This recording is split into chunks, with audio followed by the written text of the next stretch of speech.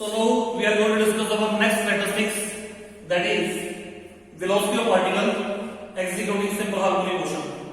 Dear students, in our previous lecture, in our previous video, we have discussed about the displacement and amplitude of the particle executing simple harmonic motion. And what was the formula for the displacement? The formula for the displacement of particle,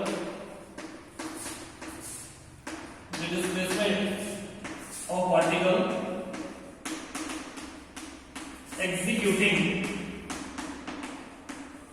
simple harmonic motion is given as y is equal to r sin omega t. This is number 1. So beta, what is velocity? Time rate of change of displacement of particle is known as the velocity. What is the definition of velocity? You can say time rate of change of displacement of particle executing simple harmonic motion is known as the velocity. What is the displacement? Y is equal to r sin omega t. Y is the displacement, r is the amplitude. So making the use of formula, velocity v is equal to time rate of change of displacement, dy dt, time rate of change of y and displacement, time rate of change of displacement. So dy dt. Now put the value of y from equation 1. What is y? Y is equal to r sin omega t. Now r is amplitude, take it out.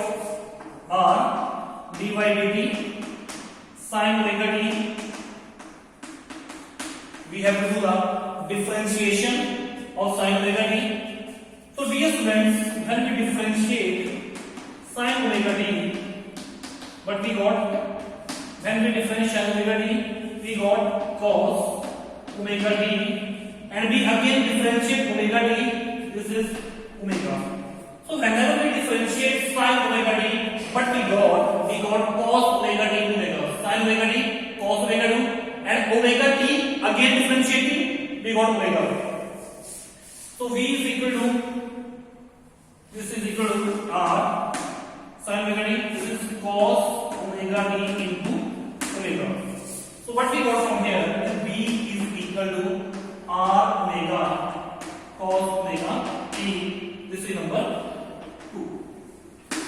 Dear friends, now we have to make use of a identity, simple identity that we have used in the 10th standard, that is, as we know, sin square omega t plus cos square omega t is equal to 1. So what we got from here?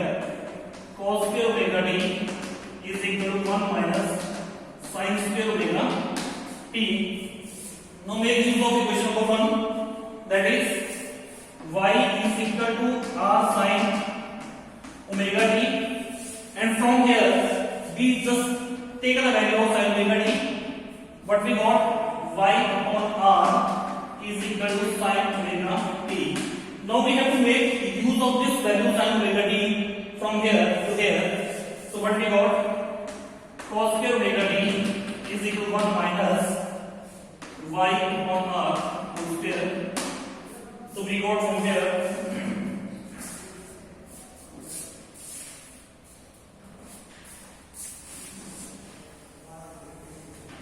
cos square omega t is equal to 1 minus y square upon r square.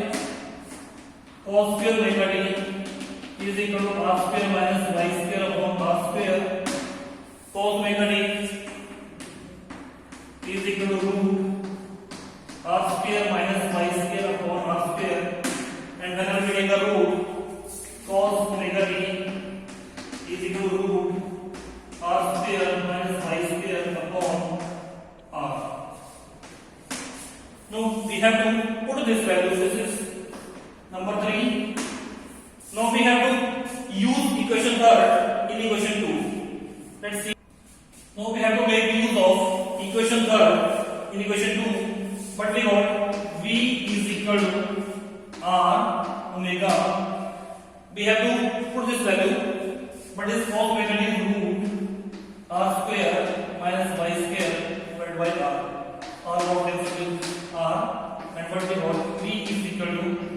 omega root r square minus y square. So this is the formula for the velocity of the particle executing simple harmonic motion. This is number 4. Now we have to discuss some special cases here. Let's see special cases.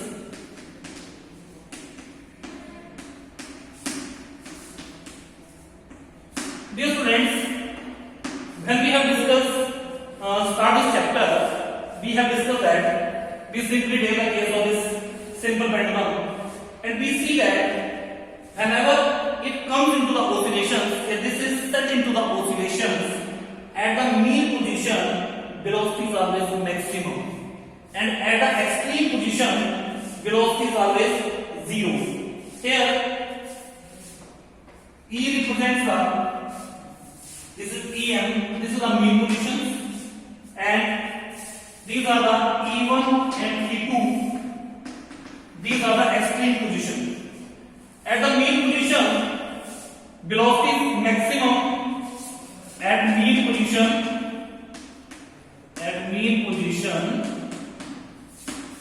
velocity is maximum. Whenever a pendulum comes under oscillation, it is found that at the mean position velocity is maximum and the extreme position velocity is zero. So we have to